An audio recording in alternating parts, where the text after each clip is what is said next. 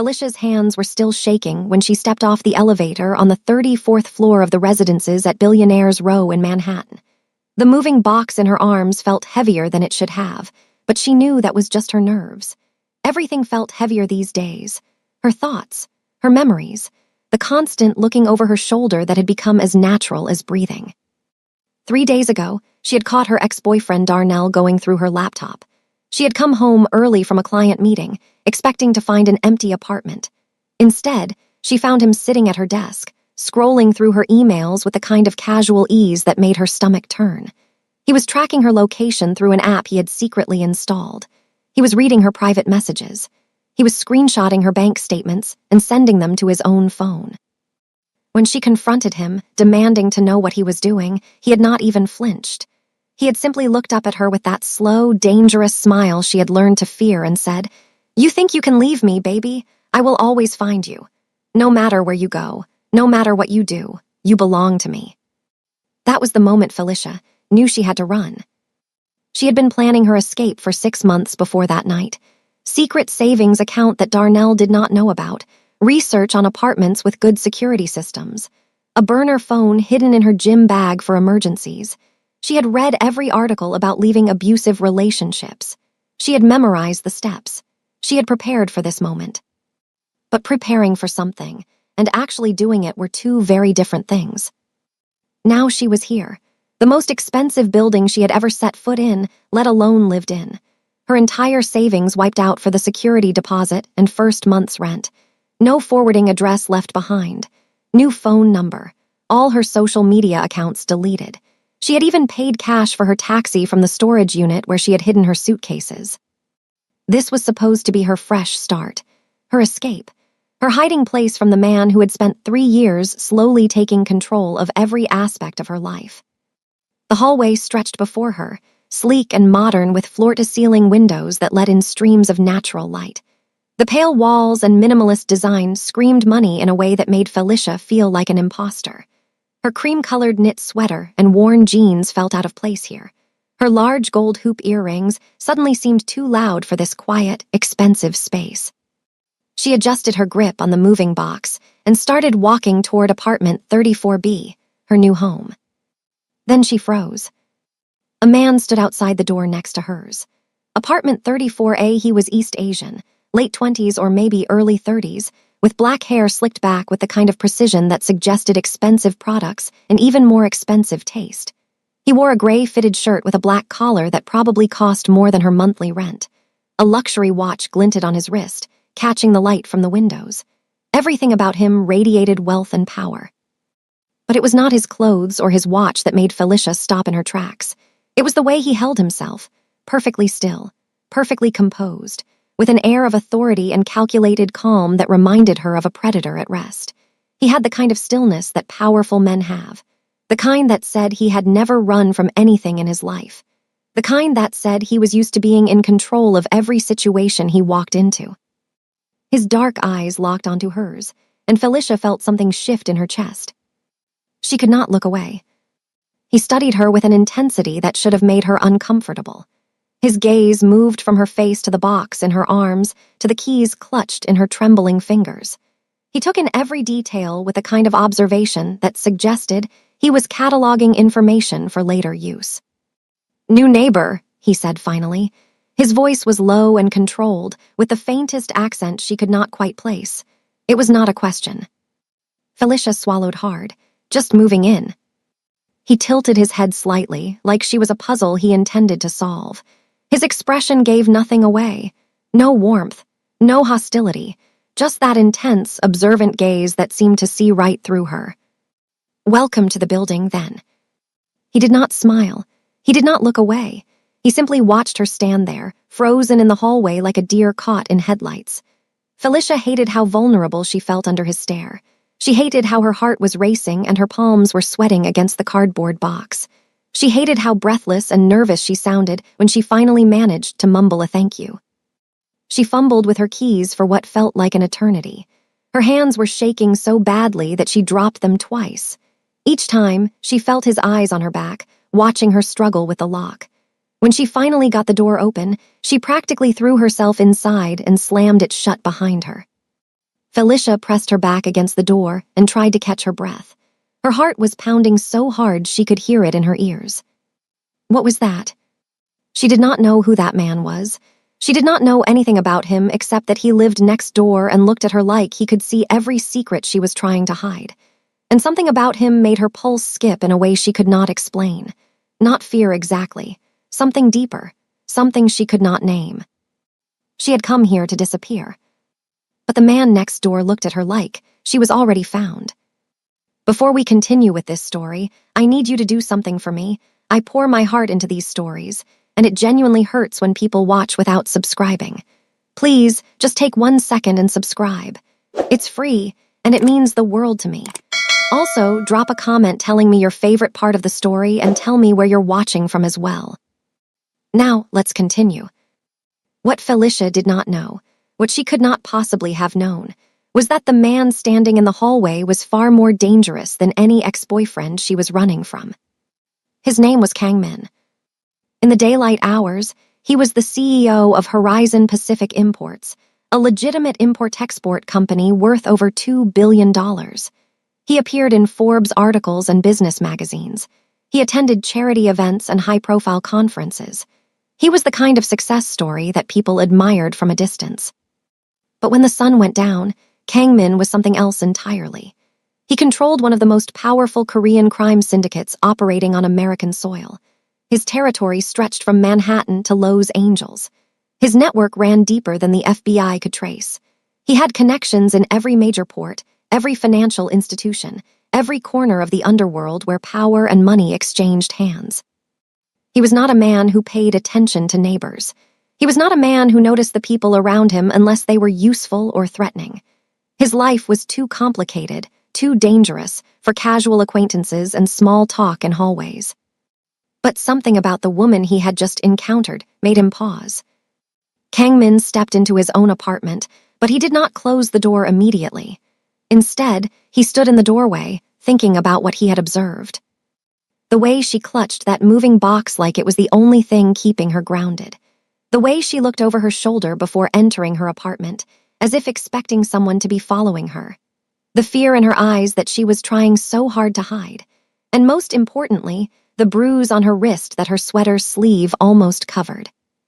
Almost. Someone was hunting her. Kang Min closed his door and pulled out his phone.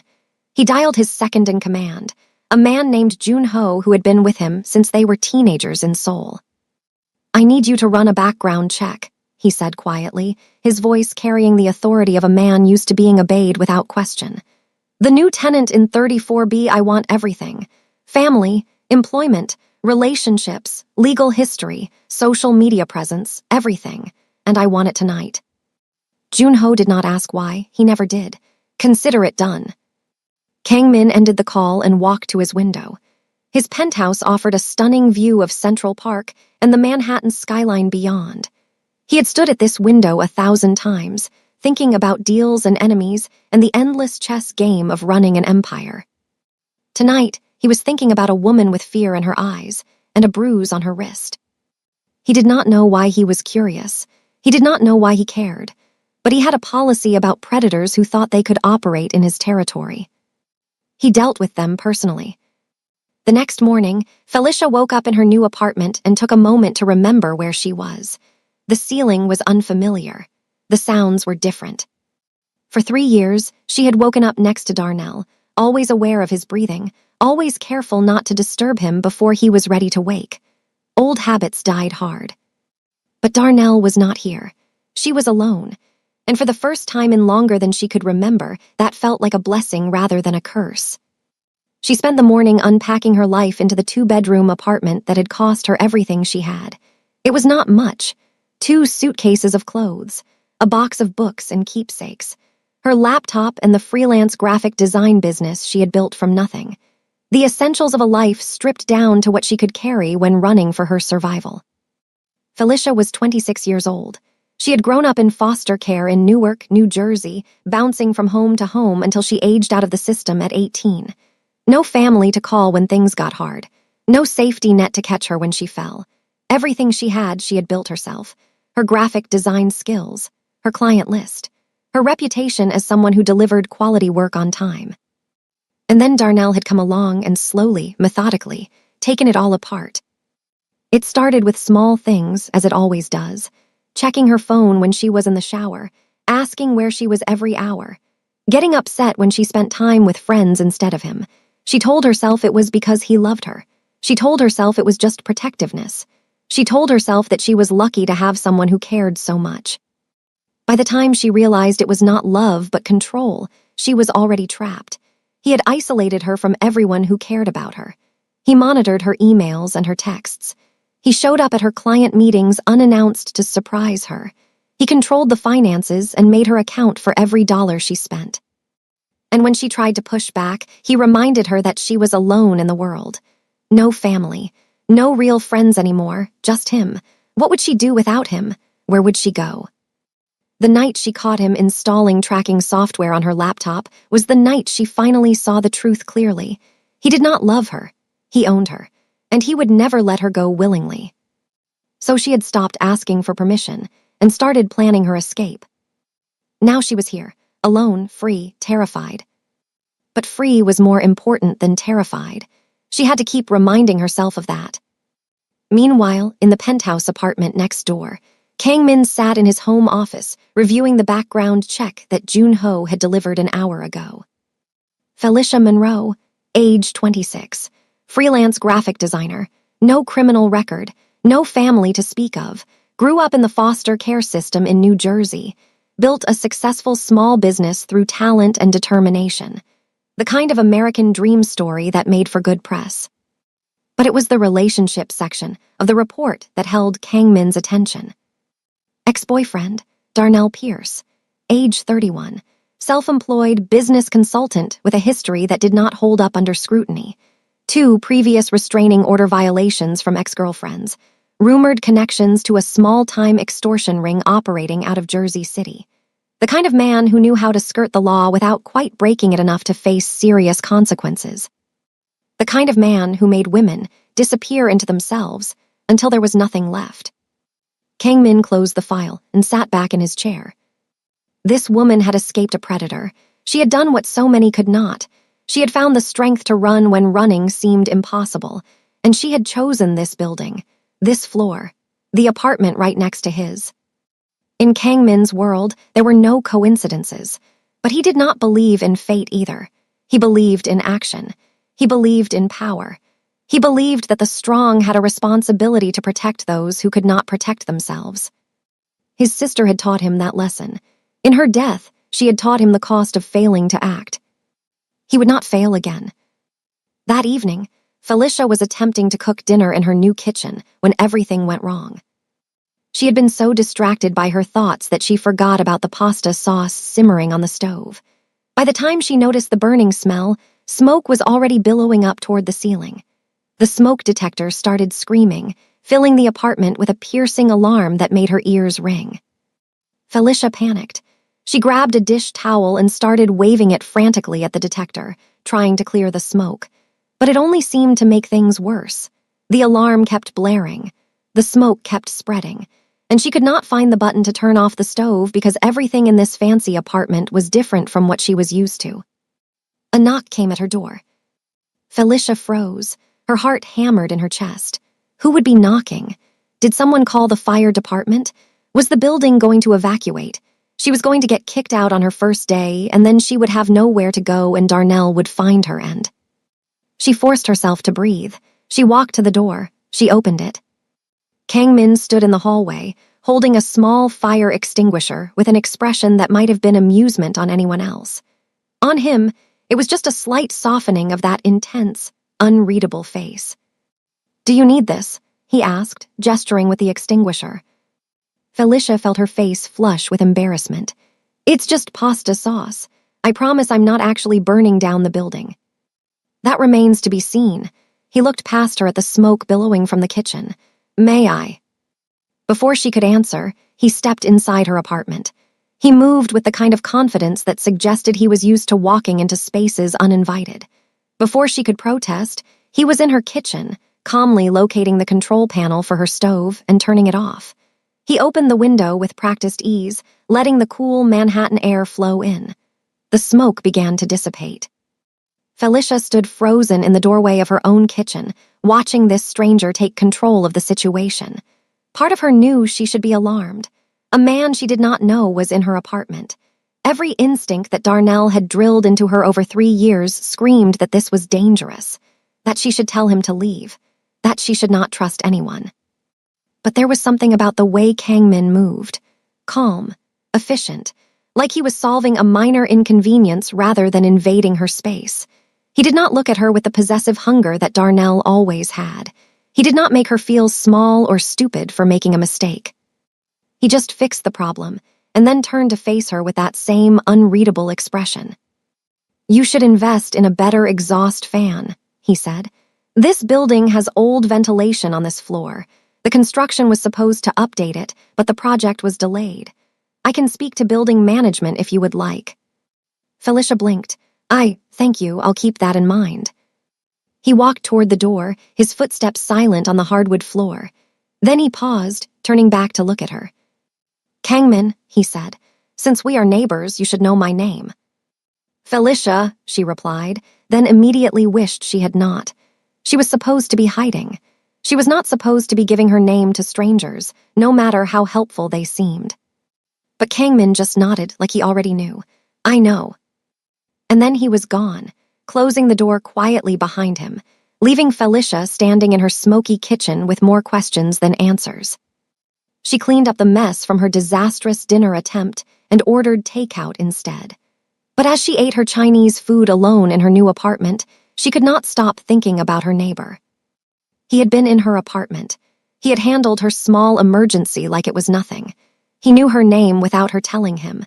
And something about the way he moved, the way he watched her, made her feel things she had not felt in years. She should be terrified. So why did she feel, for the first time in months, almost safe? 1 week passed. Felicia started settling into a routine that felt almost normal. She woke up early each morning and made coffee, standing at her window to watch the sun rise over Central Park. She spent her days working on freelance projects, slowly rebuilding the client relationships that Darnell's controlling behavior had damaged. In the evenings, she took long walks through the Upper East Side, relearning what it felt like to move through the world without someone monitoring her every step. She saw Kangmin in the hallway twice during that week. Brief encounters, polite nods, a few words about the weather or the building's amenities, nothing that should have lingered in her mind the way it did. But she found herself thinking about him more than she wanted to admit. The way he held himself with such stillness. The way his dark eyes seemed to see right through her.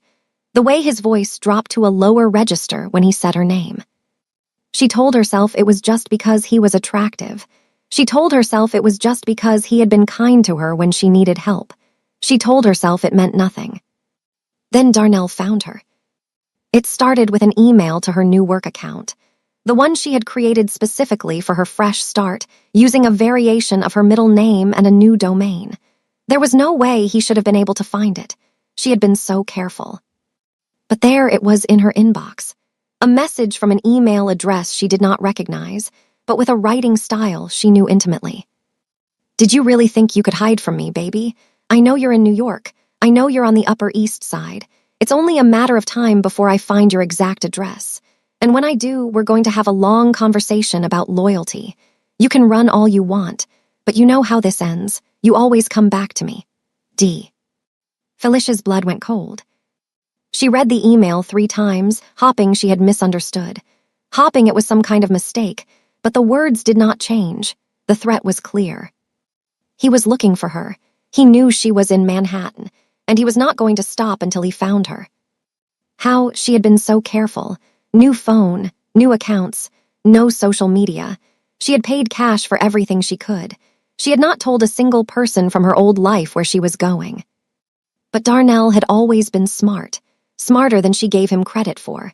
He had spent 3 years studying her, learning her patterns, anticipating her moves. Of course he would find a way to track her down. Felicia did not sleep that night. She lay in bed staring at the ceiling, jumping at every sound, convinced that Darnell was going to come bursting through her door at any moment. By morning, She was exhausted and terrified and furious at herself for thinking she could ever really escape. Kang Min noticed the change in her immediately. He was leaving for a business meeting when he saw Felicia emerge from her apartment. Her eyes were shadowed with dark circles. Her hands trembled as she locked her door.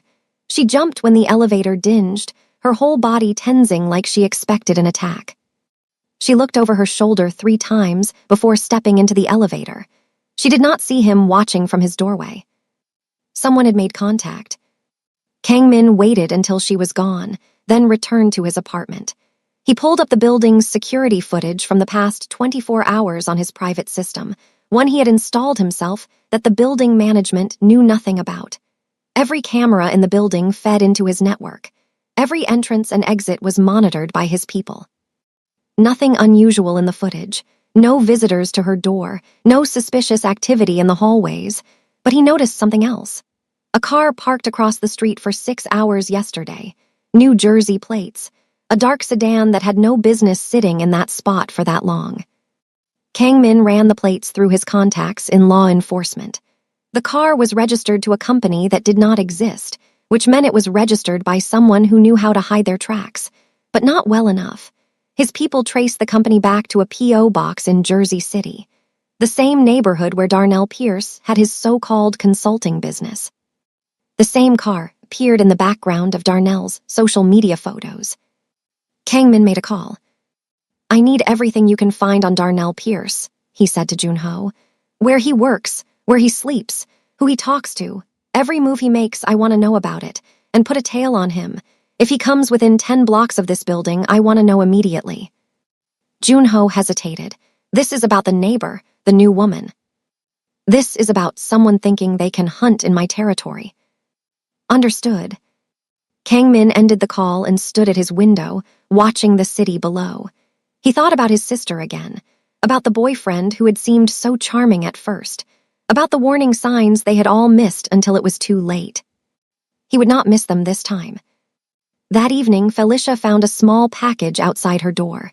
She froze when she saw it, her mind immediately jumping to the worst possibilities. A threat from Darnell, something dangerous, something designed to hurt her. But the package was too small and neatly wrapped to be threatening. She picked it up cautiously and brought it inside. No return address, no postage stamps. Someone had left it directly at her door.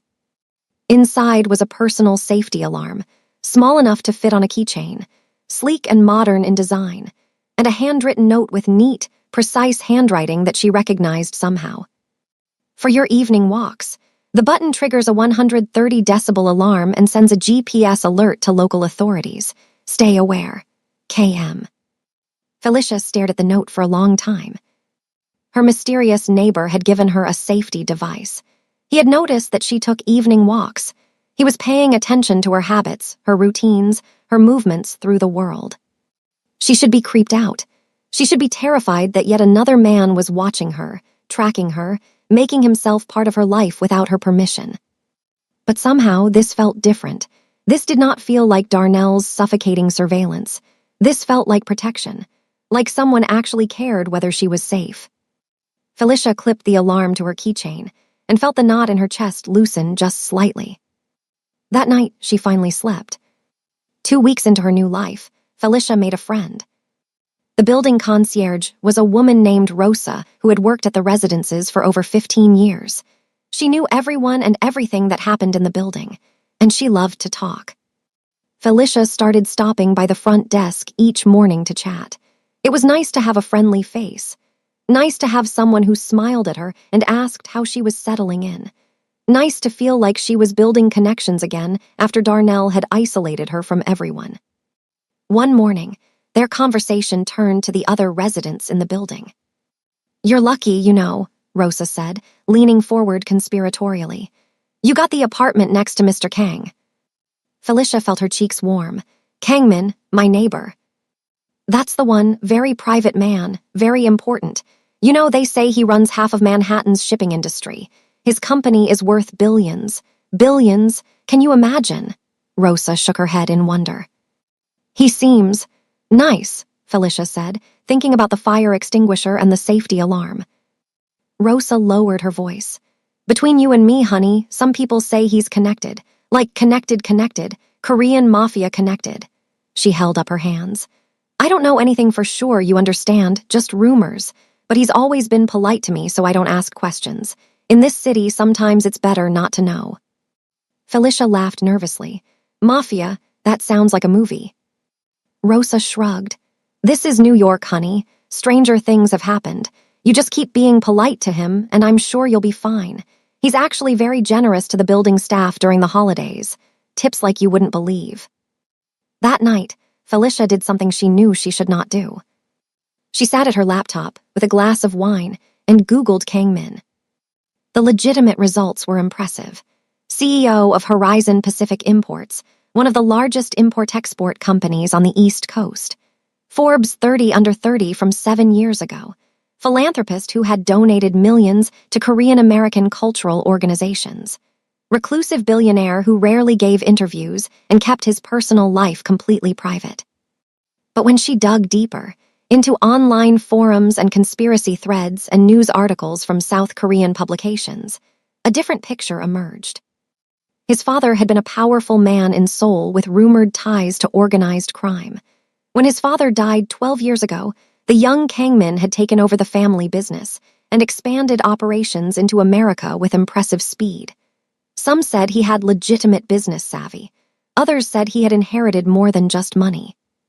There were whispers of protection rackets operating along the West Coast shipping routes, rumors of rival businessmen who had crossed Kang Min and mysteriously lost everything, stories of men who had threatened his interests and were never seen again. None of it was proven, none of it was confirmed, but the rumors were consistent enough to paint a picture. Felicia closed her laptop slowly. The man who had given her a safety alarm, the man who had calmly handled her kitchen fire, the man who looked at her like he could see through walls. He was not just a wealthy businessman. He was dangerous. She barely slept that night. The next time Felicia saw Kang Min in the hallway, her entire demeanor had changed. She kept her distance. She avoided eye contact. When he said good morning, she gave a clipped reply and hurried toward the elevator without waiting for him to respond. Her body language screamed that she wanted to be left alone. Kang Min noticed immediately. He did not say anything in the hallway, but when the elevator arrived and they both stepped inside, he pressed the lobby button and then turned to face her. You looked me up, he said calmly. It was not a question. Felicia's heart hammered in her chest. She gripped her purse strap so tightly her knuckles turned white. I don't know what you're talking about. You do, and you found things that scared you. He watched her face carefully. Ask me. Ask you what? Whatever you want to know. The elevator descended in silence. Felicia's mind raced with possibilities. This was insane. She was alone in an elevator with a man who might be a crime boss. She should be screaming for help. She should be pressing the emergency button. She should be running as far and as fast as she could. But she looked at him, really looked, and she saw something she recognized. Behind that controlled exterior, behind the expensive clothes and the intimidating stillness, she saw the same careful walls she had built around herself. The same guarded expression she wore when she did not want anyone to see how afraid she was. The same calculated distance that came from a lifetime of protecting yourself from harm. He was not so different from her. He was just better at hiding it. Are you going to hurt me? She finally asked, her voice barely above a whisper. Kang Min turned to face her fully. His dark eyes held hers without flinching. I have never hurt someone who did not deserve it, he said quietly. And you, Felicia Monroe, have done nothing to deserve anything but protection. The elevator doors opened to the lobby. Kang Min stepped out, then paused and looked back at her. Your ex-boyfriend hired someone to follow you, he said, as casually as if he were mentioning the weather. A private investigator with a criminal record and no ethics. I dealt with it. The man has been encouraged to find a new line of work in a different state. Felicia felt the blood drain from her face. You're welcome, Kang Min added. And then he walked away, disappearing through the lobby doors and into a black car that was waiting for him at the curb. Felicia stood frozen in the elevator until the doors started to close. She stumbled out into the lobby, her mind reeling. He knew about Darnell. He knew about the stalking, and he had done something about it without even telling her. She should be furious. She should be terrified. She should be running to the police to report that her neighbor was apparently conducting vigilante justice on her behalf. But all she could think was, someone is finally on my side. Felicia did not believe Kangmin's claims until she saw the news report 2 days later. A man named Vincent Crawley had been arrested in Manhattan for stalking and illegal surveillance. According to the report, police had received an anonymous tip that led them to Crawley's apartment, where they found evidence of multiple stalking operations targeting vulnerable women. In his possession were photographs of Felicia entering her building, detailed notes about her schedule, and text messages from someone saved in his phone as DP. Darnell Pierce. He had hired someone to stalk her, and that someone was now in jail. Felicia watched the report 3 times, waiting for the relief to wash over her. But all she felt was the cold realization of how close Darnell had gotten, how much he already knew about her new life, how little time she had before he found her exact address. The charges against Crawley were unlikely to stick long-term. The evidence had been anonymously submitted in ways that made it legally complicated. But for now, at least, the man who had been tracking her was off the streets. And she knew exactly who was responsible. That evening, Felicia stood outside Kangmin's door for 10 minutes before she finally worked up the courage to knock. He answered immediately, like he had been expecting her. He was dressed more casually than she had ever seen him. Black t-shirt that showed off arms more muscular than his business attire had suggested. Gray sweatpants, feet bare on the hardwood floor. He looked almost human like this, almost approachable. "You got him arrested," she said. "I got him off the streets," Kangmin replied. "The arrest was a bonus." Why do you care what happens to me?" He studied her for a long moment. His expression gave nothing away, but something in his eyes shifted. Softened, maybe, or opened. "Come in," he said, stepping aside. "I think we need to have a real conversation." Felicia hesitated. Every instinct she had told her this was a bad idea. You do not walk into a crime boss's apartment, no matter how helpful he has been. You do not trust men who operate outside the law, no matter how handsome they are. But she stepped inside anyway. His apartment was stunning. 3 times the size of hers, at least, with floor-to-ceiling windows that offered a panoramic view of Manhattan. The decor was minimalist and expensive. Clean lines, neutral colors, original artwork on the walls that probably cost more than she would make in a lifetime. But what caught Felicia's attention was a small shelf in the corner of the living room. 3 photographs in simple frames. A woman who looked like an older version of Kangmin, with the same strong features and dark eyes. A man with a stern face and kind eyes. And a young girl, maybe 7 or 8 years old, grinning at the camera with uninhibited joy. "My mother," Kangmin said, following her gaze. He came to stand beside her close enough that she could smell his cologne, something expensive and subtle. "My father and my sister." "You have a sister." "Had." The word hung in the air between them. Felicia turned to look at him and saw something crack in that carefully controlled exterior. Pain, old and deep and never fully healed. "She was killed 12 years ago," Kangmin continued, his voice flat. "She was 19, I was 23. She had been dating a man who seemed perfect at first, charming, attentive, everything a girl could want. But when she tried to end the relationship, he became someone else, possessive, threatening. He started following her, showing up at her apartment uninvited, calling her dozens of times a day." Felicia felt her throat tighten. She knew this story. She was living this story. "We did not know how bad it was," Kangmin said. "Jae-young was proud. She did not want to worry the family. She thought she could handle it herself." He paused. "By the time I found out what was happening, it was too late." "What happened to him?" Felicia whispered.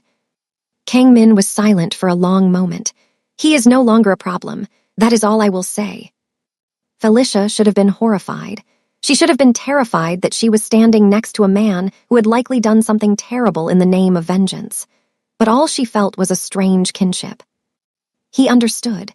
He understood in a way that no one else in her life ever had. "I was building my father's empire when she died," Kangmin continued.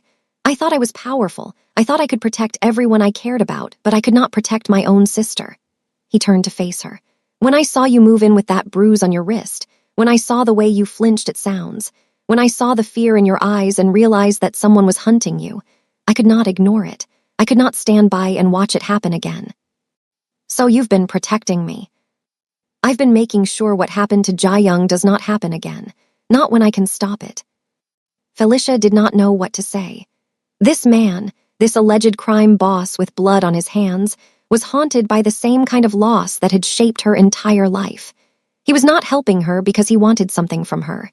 He was helping her because he could not bear to watch another woman suffer at the hands of a man who should have loved her. "Thank you," she finally whispered. The words felt inadequate, but they were all she had.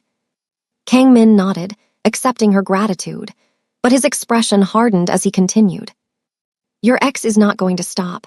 The man I dealt with was just the first step. Darnell will send someone else, or he will come himself." His dark eyes held hers with an intensity that made her shiver. "And when he does, I will end this permanently, not with violence unless violence is required, but with the resources I have at my disposal. When I am finished, he will never threaten you again." Felicia believed him. And for the first time, since she had run from Darnell, she believed she might actually survive this.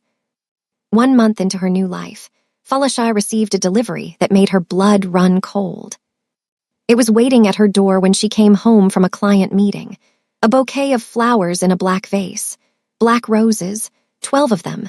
No card, but she did not need one to know who had sent them. Black roses were Darnell's signature. He had sent them after every argument, after every threat, after every time she had tried to pull away from him. They were his way of saying, "I see you. I know what you did. I'm not happy about it." They were his version of an apology that was really a warning. "I found you," these flowers said. "I know where you live, and I'm coming." Felicia's hands were shaking so badly she could barely get her phone out of her purse. She called the only number that felt safe. Kung Mun answered on the first ring. "He knows where I am," she said, her voice cracking. "He sent flowers, black roses. He's found my address." There was a pause on the other end of the line. When Kung Mun spoke, his voice was calm and controlled, but there was steel beneath the surface. "I know. My people intercepted his flight confirmation this morning. He lands in New York tomorrow at 8 a.m. Felicia felt the floor tilt beneath her feet. "He's coming here. He's actually coming."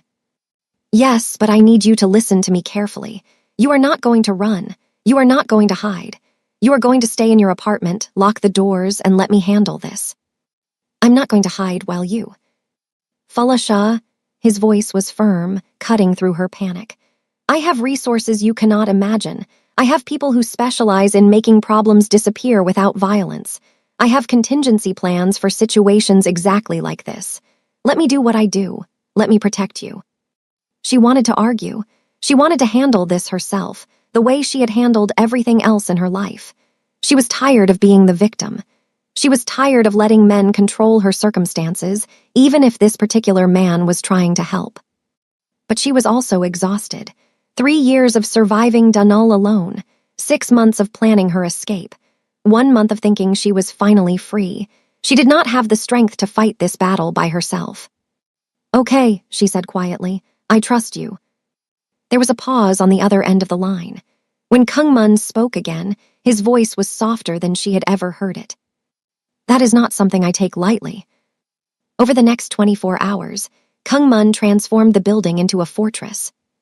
He increased security at every entrance, positioning his own people alongside the building's regular guards. He installed additional cameras on their floor, hidden in places only he knew about.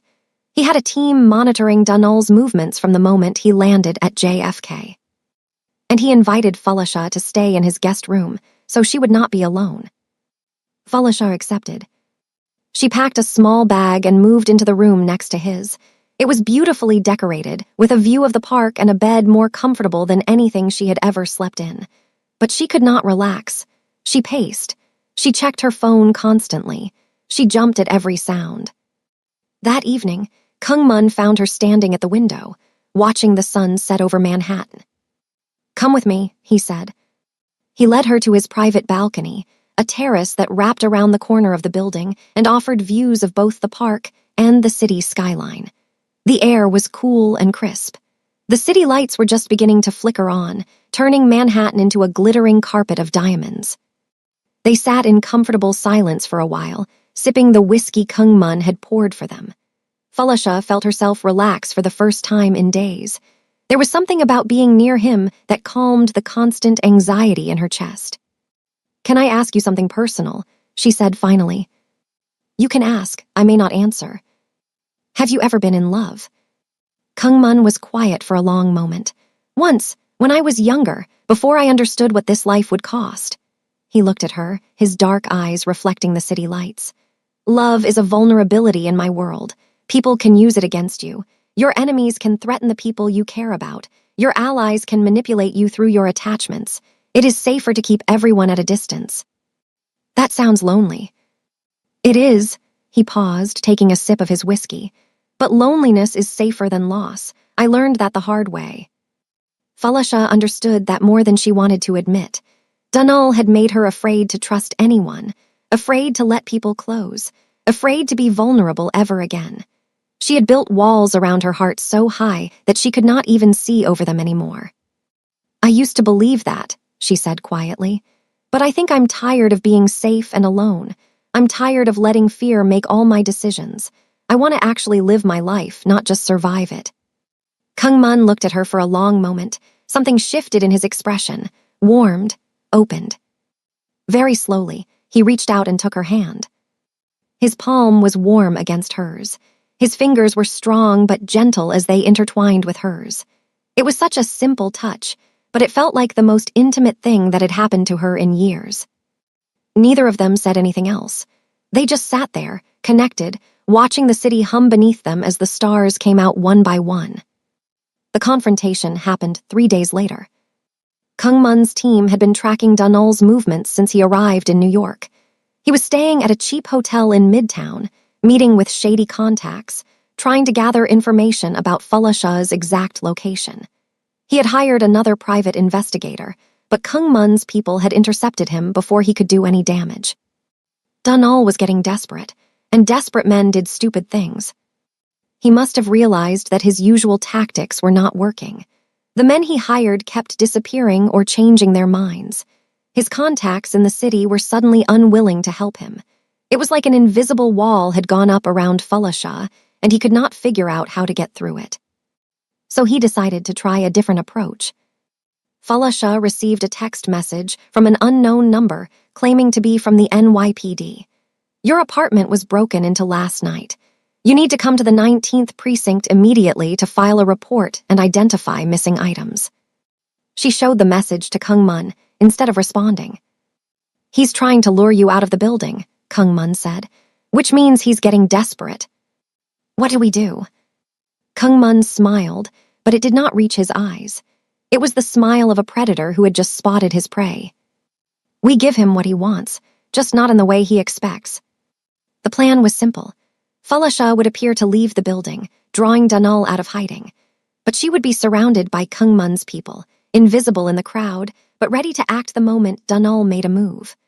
The goal was to catch him in the act of threatening or approaching her, giving them legitimate grounds to involve the police and get a real restraining order with teeth. Everything went according to plan, until it did not. Dunal was smarter than they anticipated. He had not survived this long by being predictable. Instead of approaching Falasha himself, he had brought backup.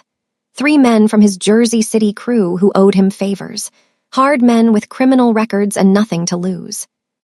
The moment Falasha stepped outside the building, they moved to intercept her. But Kung Mun had prepared for that too. His men materialized out of the crowd like ghosts, professional, efficient, trained in ways that suggested military or worse. Dunal's backup did not stand a chance.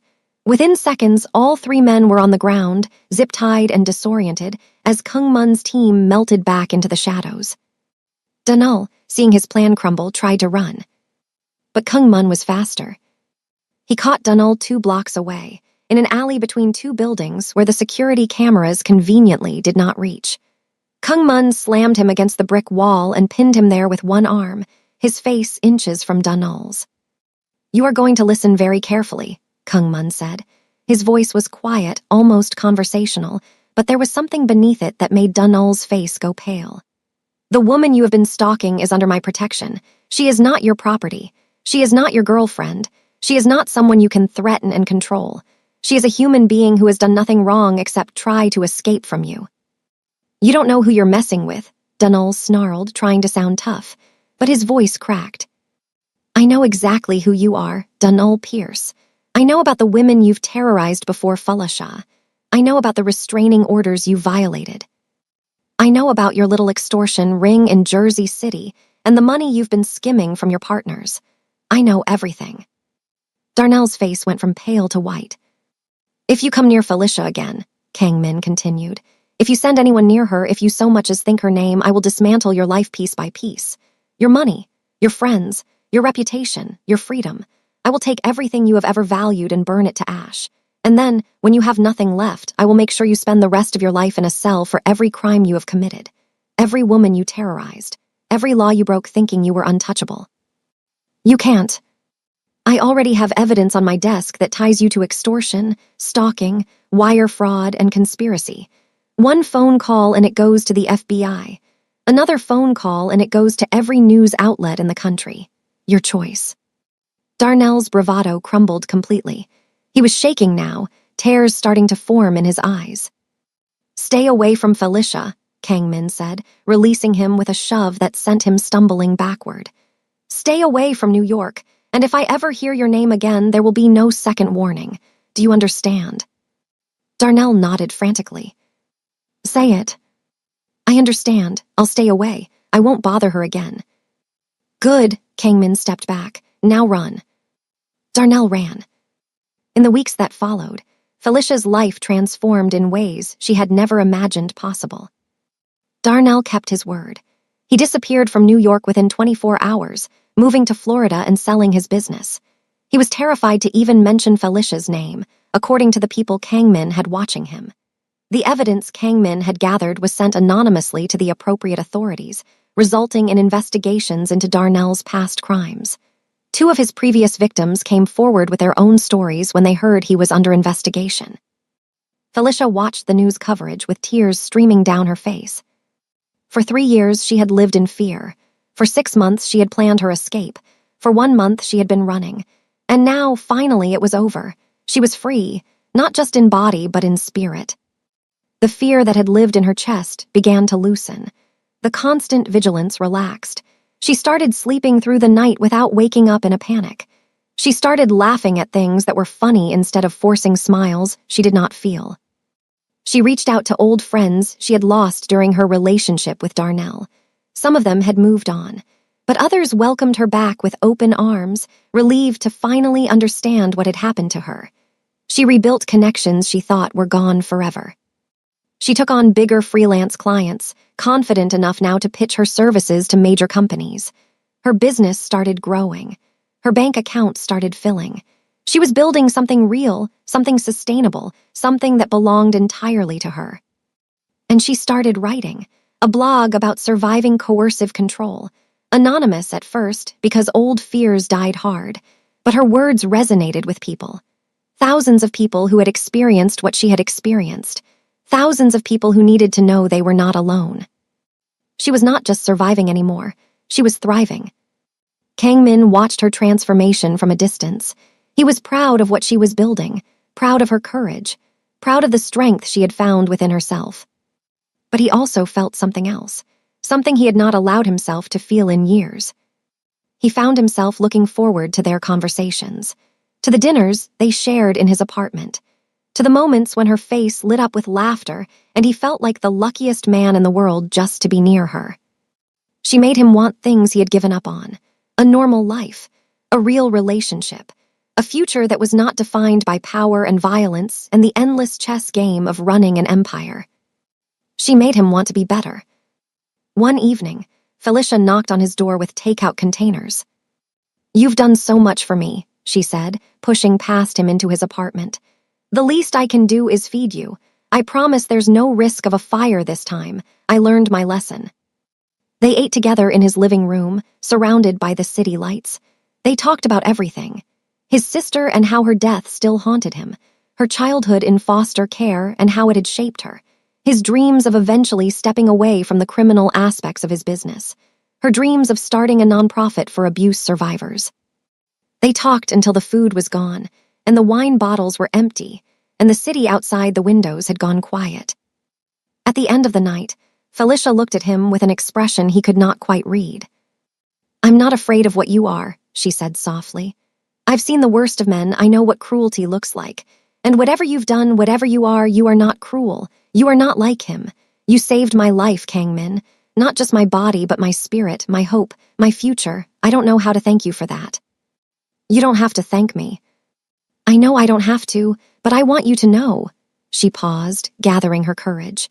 "I'm more afraid of what my life would be if you hadn't been next door, if I had moved into any other apartment in any other building. I would still be running. I would still be terrified. I would still be alone." "Felicia, I know it's complicated. I know your life is dangerous. I know there are a million reasons why this is a bad idea. But I've spent years letting fear make my decisions. I don't want to do that anymore. I want to choose something, someone. And I choose you." Kang Min was silent for a long moment. His heart was pounding in a way it had not pounded in years. His carefully constructed walls were crumbling, and he could not find it in himself to rebuild them. He reached out and cupped her face with both hands. His touch was gentle, almost reverent, as if he was holding something infinitely precious. "I will spend the rest of my life making sure no one ever hurts you again," he said. "Not because I feel obligated, not because of my sister, but because somewhere along the way you became the most important person in my world, and I would burn down everything I've built to keep you safe." Felicia leaned forward and kissed him. It was soft at first, tentative, two damaged people finding their way to each other through the darkness. But then it deepened, and for the first time in years, neither of them felt alone. 1 year later, Felicia stood on the rooftop terrace of their building in Manhattan, watching the sun set over the city that had become her home. So much had changed in 12 months that she sometimes had trouble believing her life was real. Her nonprofit, Rising Free, had launched 6 months ago with funding from an anonymous donor. Kang Min thought he was being subtle, but Felicia had figured it out immediately. She did not mind. The money was going to a good cause, and his generosity was one of the many things she had come to love about him. Rising Free had already helped over 200 women escape abusive relationships and find safe housing. Felicia had hired a small team of counselors and advocates who had experienced abuse themselves. She had partnered with legal aid organizations to help survivors navigate restraining orders and custody battles. She had built something that mattered, something that would outlast her. Her blog had grown into a full platform with thousands of followers. She was no longer anonymous. She had started giving interviews, sharing her story publicly, becoming a voice for survivors who did not have the resources to speak for themselves. She had been featured in magazines and podcasts, and even a documentary about coercive control. And Darnell? He was in prison now. The investigations had uncovered enough evidence to put him away for years. 2 of his previous victims had testified against him. The man who had terrorized her for 3 years was finally facing consequences for his actions.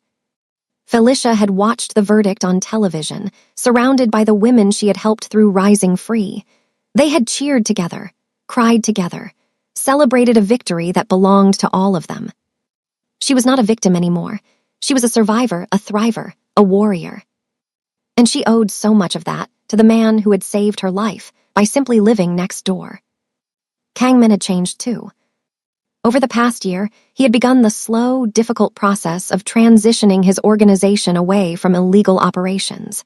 It would take years, maybe decades, to fully disentangle himself from the criminal world his father had built. There were obligations and debts and relationships that could not be severed overnight. But he had started. He had hired legitimate business consultants to help him restructure Horizon Pacific Imports.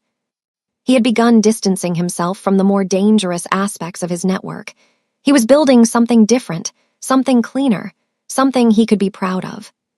For her. For the future they had started to imagine together. Felicia made him want to be the kind of man who deserved her, and for the first time in his life, he was willing to do the work to become that man. Kang Min joined her on the rooftop as the last rays of sunlight painted the sky in shades of orange and pink. He wrapped his arms around her from behind, pulling her close against his chest. "What are you thinking about?" he asked, his breath warm against her ear. "The day I moved in," she said softly. "I was so scared. I thought I was just hiding. I had no idea I was about to find everything I never knew I was looking for." "If you had known your neighbor was a crime boss, would you have moved in anyway?" Felicia laughed, the sound bright and free. "Probably not, which is why I'm glad I didn't know. The universe put me exactly where I needed to be, right next door to you." Kang Min smiled against her hair, a real smile, the kind she had spent months learning to draw out of him. They stood in comfortable silence for a moment, watching the city lights flicker on as darkness crept across the sky. Manhattan spread out before them like a glittering promise, full of possibilities they had never imagined. Then Kang Min turned her to face him. His expression was serious, but there was warmth in his dark eyes that made her heart flutter. "Marry me," he said. Felicia's breath caught in her throat. "What?" "I know it's complicated. I know my life is still messy. I know there are challenges ahead that we can't even imagine yet, but I have never been more certain of anything in my life." He pulled out a small velvet box from his pocket. Inside was a ring that made her gasp, elegant and understated. A single diamond surrounded by smaller emeralds that sparkled like stars. "Marry me, Felicia. Let me spend the rest of my life loving you." Felicia looked at the ring. She looked at him. She thought about everything they had survived to get here. The fear, the danger, the darkness they had both carried for so long. And then she thought about the future, the life they could build together, the love that had grown between them against all odds. "Yes," she said, her voice cracking with emotion. 1,000 times yes. Kang Min's face split into the widest smile she had ever seen on him. He slipped the ring onto her finger, his hands steady even though she could see the emotion shimmering in his eyes. Then he pulled her close and kissed her with everything he had been holding back for years. Behind them, the Manhattan skyline glittered with promise. Ahead of them, a future neither of them had dared to dream stretched out like an open road. Felicia had moved into a new apartment to hide from her past. She had expected to find safety, maybe peace if she was lucky. She had found her forever instead. Thank you for watching to the end. Please remember to click the subscribe button and make sure you like this video, and tell me in the comments where you're watching from. Thank you.